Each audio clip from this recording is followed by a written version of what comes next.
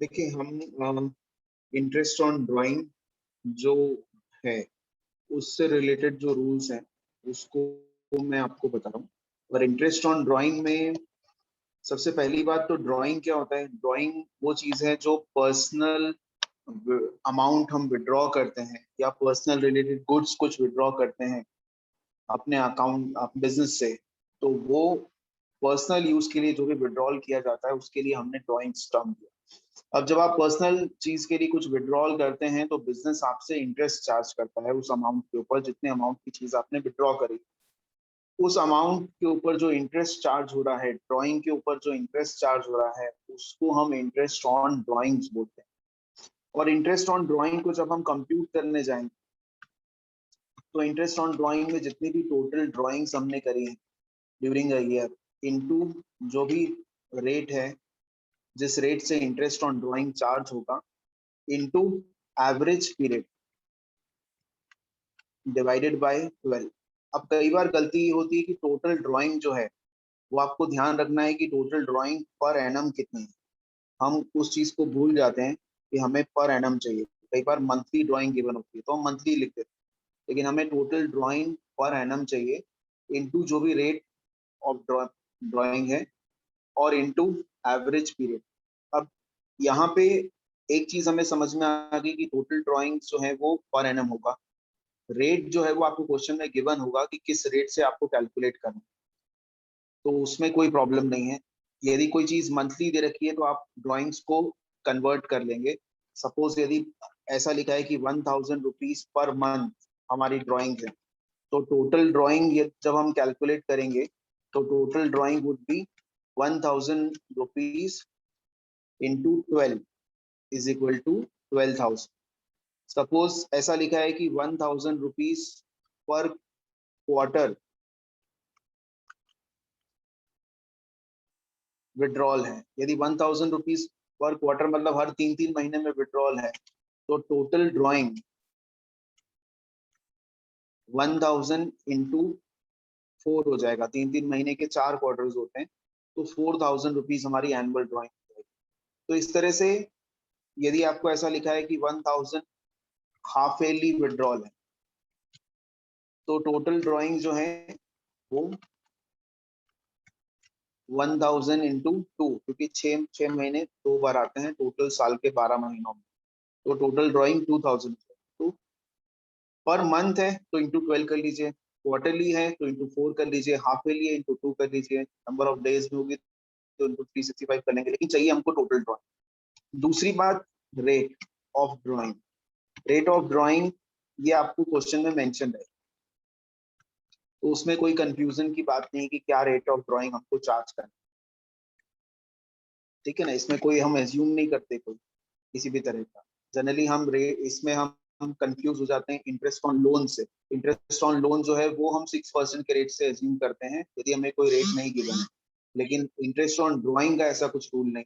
तो interest on drawing में तो क्वेश्चन में मेंशन। अब बात आती है तीसरी चीज इस फॉर्मूले की, जो है एवरेज पीरियड। अब ये एवरेज पीरियड जो है इसमें अलग अलग तरीके हो सकते हैं, क्योंकि जब हम ड्राइंग करते हैं ना तो ड्राइंग हो सकता है कि first date of every month हो। हम 1 जनवरी को विड्रॉ कर रहे हैं, फिर उसके बाद 1 अप्रैल को विड्रॉ कर रहे हैं। 1 अप्रैल से हमारा ईयर शुरू हो रहा है। यदि कैलेंडर ईयर हमारा है तो 1 अप्रैल की बजाय 1 जनवरी से शुरू होता है। फाइनेंशियल ईयर जो हम जनरली फॉलो करते हैं वो 1 अप्रैल से शुरू होता है। तो यदि कैलेंडर ईयर है तो 1 जनवरी, 1 फरवरी, 1 मार्च, 1 अप्रैल, ऐसे करके हम हर महीने की फर्स्ट डेट को विड्रॉ करते हैं। यदि अप्रैल से हमारा ईयर स्टार्ट है तो 1 अप्रैल, फिर उसके बाद 1 मई, फिर उसके बाद 1 जून, जुलाई, ऐसे करते करते 1 मार्च तक हम आते हैं, तो फर्स्ट डेट को विड्रॉ हो रहा है। हो सकता है वो ये लिखा रहे कि end date of every month. यदि इस तरह से लिखा है end date of every month, तो हर महीने की आखिरी तारीख को, मतलब अप्रैल से स्टार्ट है तो 30 अप्रैल, फिर उसके बाद 31 मई, फिर ऐसे करते करते 31 मार्च लास्ट डेट को विड्रॉल हुआ। ऐसा भी लिखा हो जा सकता है कि middle date of every month. तो अब इसमें क्या है कि पहला विड्रॉल 15 ऑफ अप्रैल को हुआ, फिर दूसरा विड्रॉल 15 ऑफ मई को हुआ, ऐसे करते करते लास्ट विड्रॉल 15 ऑफ मार्च को होगा। तो हो सकता है कि मंथ की पहली डेट को, हो सकता है मंथ की लास्ट डेट को, हो सकता है मंथ के इन बिटवीन हम विड्रॉल कर रहे हैं। जो चीज हमने ये मंथ के लिए करी वो हम क्वार्टरली भी कर सकते हैं कि first date of every quarter. 4 महीने के क्वार्टर्स हैं। अब अप्रैल से स्टार्ट हुआ तो 1 अप्रैल पहला क्वार्टर हो गया, अप्रैल मई और जून का। फिर उसके बाद नेक्स्ट डेट आई 1 जुलाई। 1 जुलाई अगले 3 महीनों का क्वार्टर हो गया, जुलाई अगस्त और सितंबर का। फिर उसके बाद 1 ऑफ अक्टूबर। 1 ऑफ अक्टूबर जो है वो अक्टूबर नवंबर दिसंबर का क्वार्टर हो गया। फिर उसके बाद 1 of January.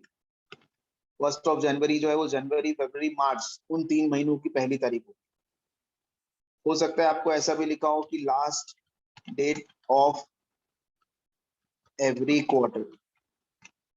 Last date of every quarter में क्या होगा कि 1 अप्रैल, फिर 1 मई और फिर 1 जून, ये 3 महीने हैं हमारे, अप्रैल मई जून। जून जो है वो क्वार्टर का एंड वाला मंथ है, फर्स्ट क्वार्टर का, उसकी लास्ट डेट जो है वो हो जाएगी 30 जून। इसी तरह से जुलाई अगस्त सितंबर, ये 3 महीने हमारे हो गए, उसमें जो लास्ट डेट है वो हो जाएगी 30 सितंबर। इसके बाद अक्टूबर नवंबर एंड दिसंबर, तो लास्ट डेट उसमें हो जाएगी 31 दिसंबर। फिर जनवरी फरवरी मार्च, तो लास्ट डेट हो जाएगी 31 मार्च। इस तरह से यदि क्वार्टर की पहली डेट बोली तो पहली डेट को, लास्ट डेट बोली तो लास्ट डेट को, इस तरह से हम इसमें लिखते जाते हैं। अब हो सकता है कि इसके अंदर फिर हमको ये बोला जाए कि मिडिल ऑफ एवरी क्वार्टर, ये भी बोला जा सकता है। तो पहला जो क्वार्टर है अप्रैल मई जून, उसकी मिडिल डेट जो है वो हो जाएगी 15 मई। यदि हमको बोला जा रहा है middle date of every quarter,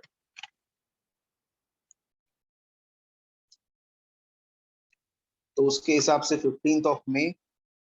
फिर उसके बाद जुलाई अगस्त सितंबर, तो 15 अगस्त। फिर उसके बाद जो क्वार्टर है अक्टूबर नवंबर दिसंबर, तो 15 नवंबर। फिर उसके बाद जनवरी फरवरी मार्च, तो 15 फरवरी। ये डेट्स हो सकती है। इसी तरह से हाफेली की भी डेट्स हो सकती है। हाफेली की डेट्स में यदि विड्रॉल उसका जो है वो फर्स्ट डेट ऑफ हाफेली,